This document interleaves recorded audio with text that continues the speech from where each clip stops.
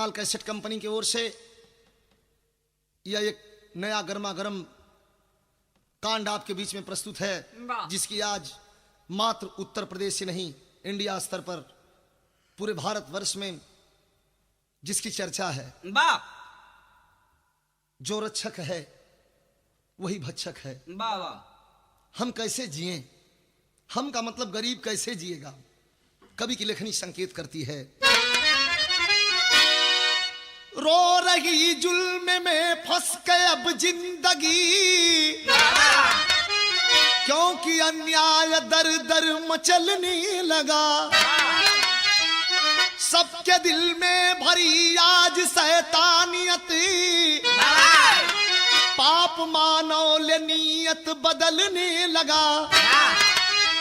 क्यों डांटे कंगर तू गरीबों पे हो, दुनिया हिल जाएगी चीख चित्कार से। कोई जन्नत में देगा सहारा नहीं, जिस दिन जलवा उठेगा इस संसार से।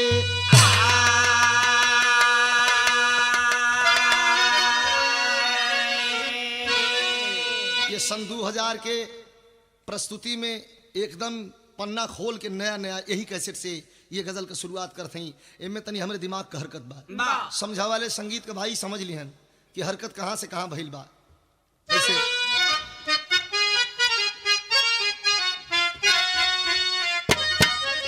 किसी पीने वाले को किसी रोज दावत मिली, और वो दावत ऐसी दावत थी, पार्टियां तो रोज होती हैं, लेकिन ये वो ऐसी दावत थी कि जिसका कोई जवाब नहीं रहा। शायरी कर रहा है, बता रहा है, क्या बता रहा है कि आज पीने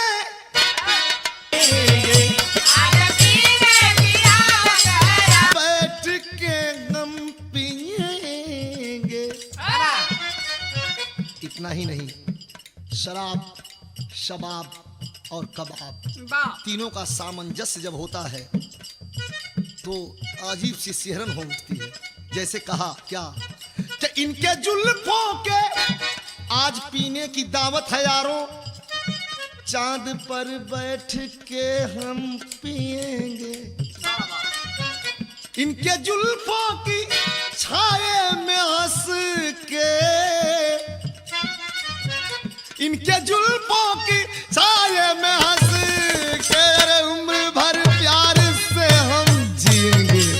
अरे इनके जुल्फों की छाए में हंस के, अरे उम्र भर प्यार से हम जिएंगे। इनके जुल्फों के छाए में हंस कर उम्र भर प्यार से हम जिएंगे। गीत के अंदर बड़ी खूबसूरत लाइन लिखल गई है जमाने पर कि जालिमों के जमाने के अंदरी, अरे जालिमों के जमाने के अंदर क्या रहम कोई दिखाने चला है। जालिमों के जमाने के अंदर, अरे क्या रहम कोई दिखाने चला है। जालिमों के जमाने के अंदर क्या हम कोई दिखाने चला है। आज जालिमों के जमाने के अंदर क्या रकम कोई दिखाने चला है। जो कि सदियों जालिमों के जमाने के अंदर क्या रहम कोई दिखाने चला है, कि जो कि सदियों से ही जल रहा है। गरीबी, भूखमरी, जखम जेके रहला उह जानला कि दर्द कितना होले। सफेद पोषों को क्या पता है गरीबों के घर में खाना कब बनता है, नहीं बनता है दोस्तों। इसलिए कवि जी लिखते हैं, जालिमों के जमाने के अंदर क्या रहम कोई दिखाने चला है, कि जो कि सदियों से ही चल रहा हो, कि जो कि सदियों से ही चल रहा हो, फिर भी उसको जलाने चले हैं। जो कि सदियों से ही चल रहा हो, फिर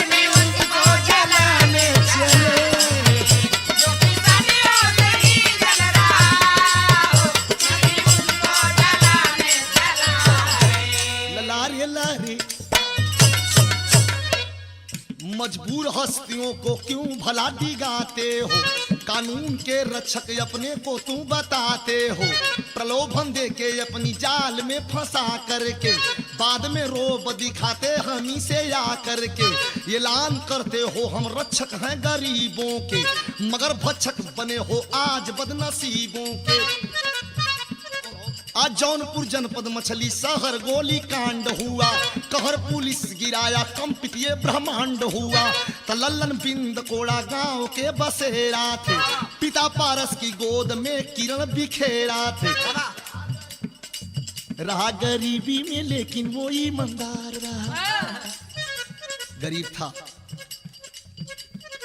लेकिन अक्सर आपने देखा होगा गरीबों में ईमानदारी होती है। रहा गरीबी में लेकिन वो ईमानदार रहा, न्याय सद्भावना का शख्स वफादार रहा। गजब गजब ईमानदारी है। यह ऐसे परिवार का जुल्म, ऐसे परिवार पर जो लल्लन बिंद कोड़ा गांव का निवासी मछली शहर के पास, पिता का नाम पारसनाथ बिंद, एक ऐसा जुल्म, तिरंगे झंडे के नीचे कसम खाने वाले, वर्दी पहन करके हमारा रक्षक बनने वाले हमारे ऊपर जो जुल्म और कहर ढाते हैं, तो गरीबों में एक उबन सी आ गई है, आवाज गरीब लगाता है। आज ये धरती आजाद हो करके भी गुलामी के जंजीरों में जकड़ी है। संकेत कवि जी लिखत हो तर्ज लगल मास्टर कोनो मेहरारू अपने मर्द के समझावत रहल कि कुल फालतू काम छोड़ा जौन है कुल हैकल होमेल लिया होथुआ, ऐसे काम न चलिए कुल गरीब बड़ा कुल जमाना बदल गए। का मंगलस समझाते हैं बेटा, गरीबी है लाल, एक ठे काम करा का। अरे बाबू कहाँ बेटा के सुनाई के, अरे बाबू कहाँ बेटा के सुनाई के, कैला नौकरिया तू सहारिये में जाई के। बाबू कहाँ बेटा में जाई के, कैलन का लल्लन बिंद का केलन बाबूजी के बात सुन के लोन लेके लल्लन घर काली न बैठवले, लोन लेके लल्लन घर काली न बैठवले, लोन लेके लल्लन घर काली न बैठवले। हाय और जिया के आधार ऊ बनवले, हाय और जिया के आधार ऊ बनवले, हाय और जिया के आधार ऊ बनवले। अरे सबके रखलन समझाई के, परिवार में केहू केहू सिर सोला, सबके माता पिता परिवार सबके समझा के रखत होने से सबके समझा बुझा के उमन खाए जिया का आधार बन गए। लेकिन बारे लोग बारे दुनिया बिरहा में तर्ज लग गई।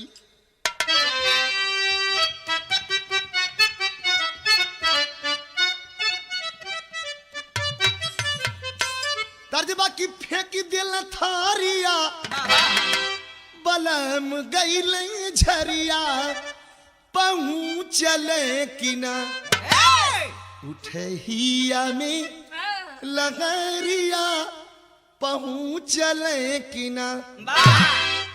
इत बिरहा में तर्जबा कवि जी लिखत होन कैसे कि लोन न भरायल भैली हो, लोन न भरायल भैली दिल में फिकारिया, शरीरिया में ना।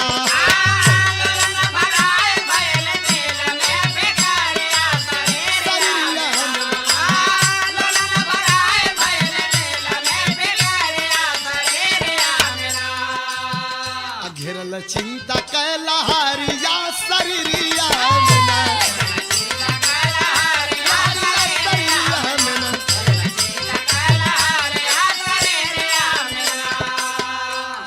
हजार लेके बैंक से रुपया, 12,000 बढ़ के भजल यही समय। गरीबन का लोन लेहल जीव का फजीहत है। कौनो नेता कौनो मसीहा ऐसा आ जालन कि गरीबन का लोन माफ करवा दिलन, उनका जिंदगी बच जाले। 4,000 लेलन तुरंत 1000 से 12,000 फिर हो गए, बहुत फजीहत में हुआ। लेकिन 10,000 भरला कैसो, 10,000 भरला कैसो, लल्लन पे ही घारिया शरीरिया में ना।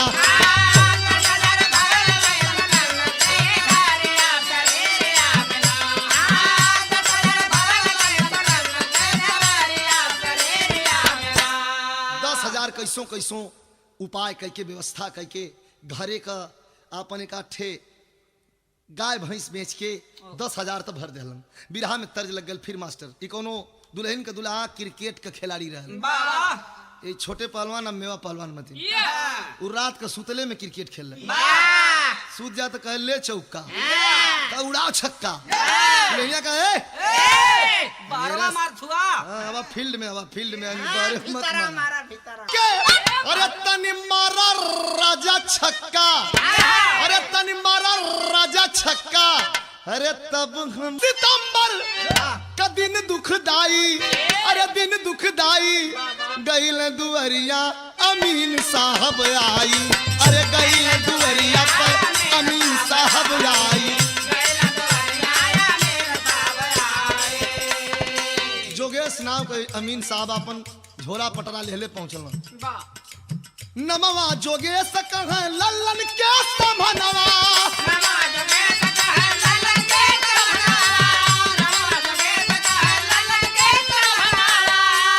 कहा कि रुपया बकाया दे दा जल्दी यही छनवा। अरे बरना कचहरिया के बरना कचहरिया से होई करवाई, अरे होई करवाई। अरे गईला दुवरिया अमीन बाबू आई। अरे गईला दुवरिया अमीन साहब आई।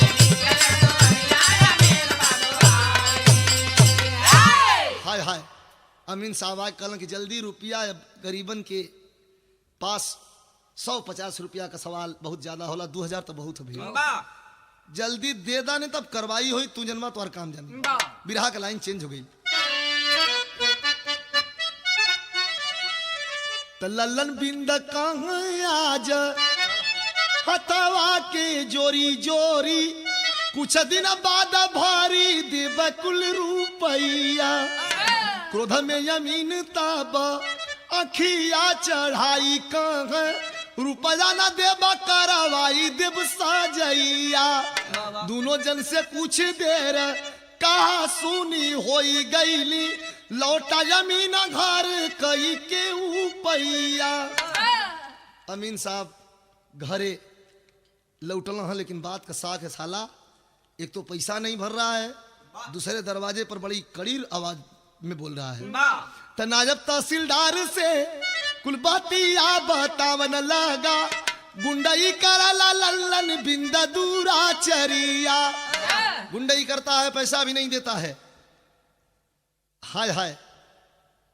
तो अमीन साहब का बात जब नायब तहसीलदार साहब सुनलन, कहना रे गुंडई करता है, ठीक है चलो बिरहा में तर्ज लगल। मास्टर कौन तर्ज? इतना तर्ज है तनी सब मौज बदे कह देली, लेकिन हाई सुना। अरे क्रोध में हो नायब तहसीलदार चल दिए, अरे क्रोध में हो नायब तहसीलदार चल दिए। 11 बजे लल्लन के द्वार चल दिए।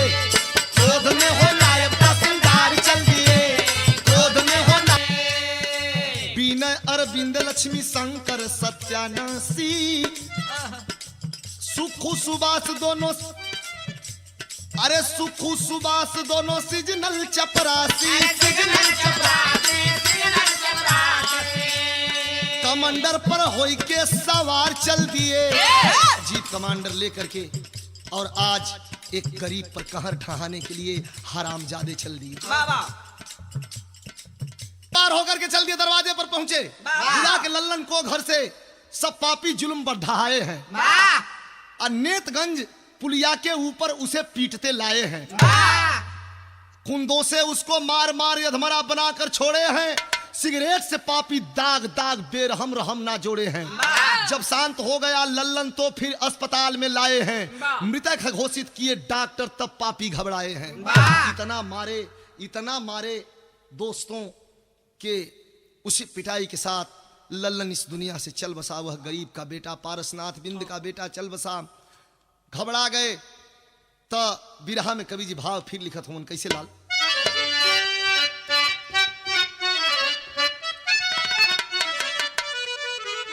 कहा कि अरे बतिया बिगर ले परी पर, अरे रावना उपैया राम, अरे जिपिया रसिया छोड़ के, जिपिया में लसिया छोड़ के भागल न मुदैया हो, जिपिया में लसिया छोड़ के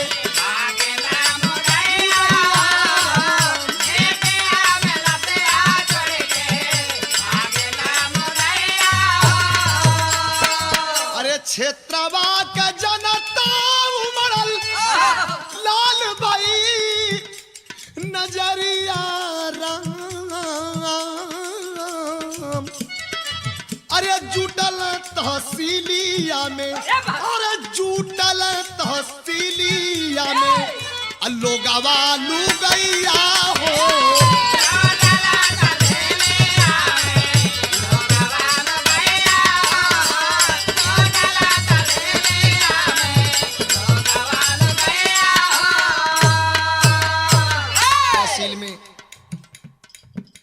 लोग नर नारी से एकदम जमावड़ा हो गया, भर गल, आवाज देने लगे लोग। क्या आवाज देते हो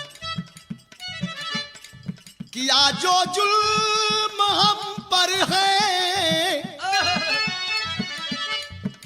अरे कि आजो जुल्म हम पर है उसे हम भी मिटाएंगे,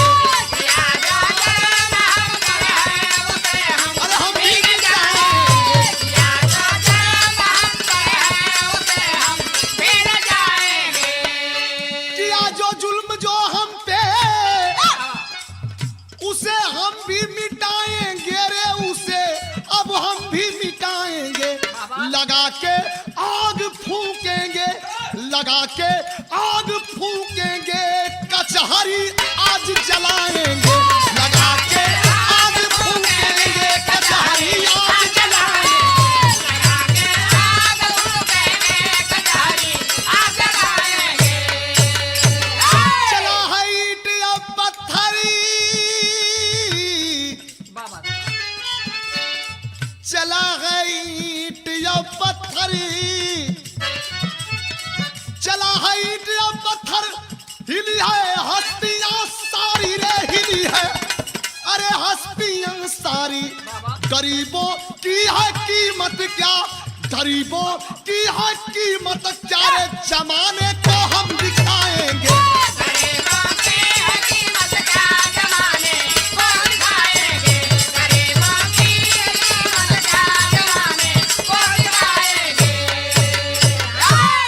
मोरे राम नफरत की खूनी आंधी बह गई, अरे मोरे राम नफरत की खूनी आंधी बह गई, भीड़ फौलादी की नफरत की खूनी आंधी बह गई। धरती पर सबसे बड़ी अदालत का नाम जनता की अदालत हुआ करती है। जनता चाहे चाहे दुनिया का कोई पीएम सीएम डीएम हो, खींच के कुर्सी से रोड पर खड़ा कर सकती है, वह जनता आज उतर गई। आवाज दे रहे हैं लोग, ऊपर जाई बीच कचहरी में, इनका नाम सुरेंद्र बताया गया, दिखाई दे दिया, पुलिस वालों ने इशारा करके और उस पत्रकार सुरेंद्र के ऊपर गोली चलाए, जंघे में गोली लगी। भाव कवि जी लिखते हैं कैसे,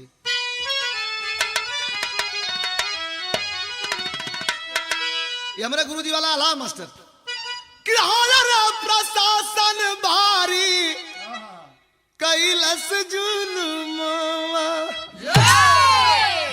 पिटी पिटी सबही के देहल भागा,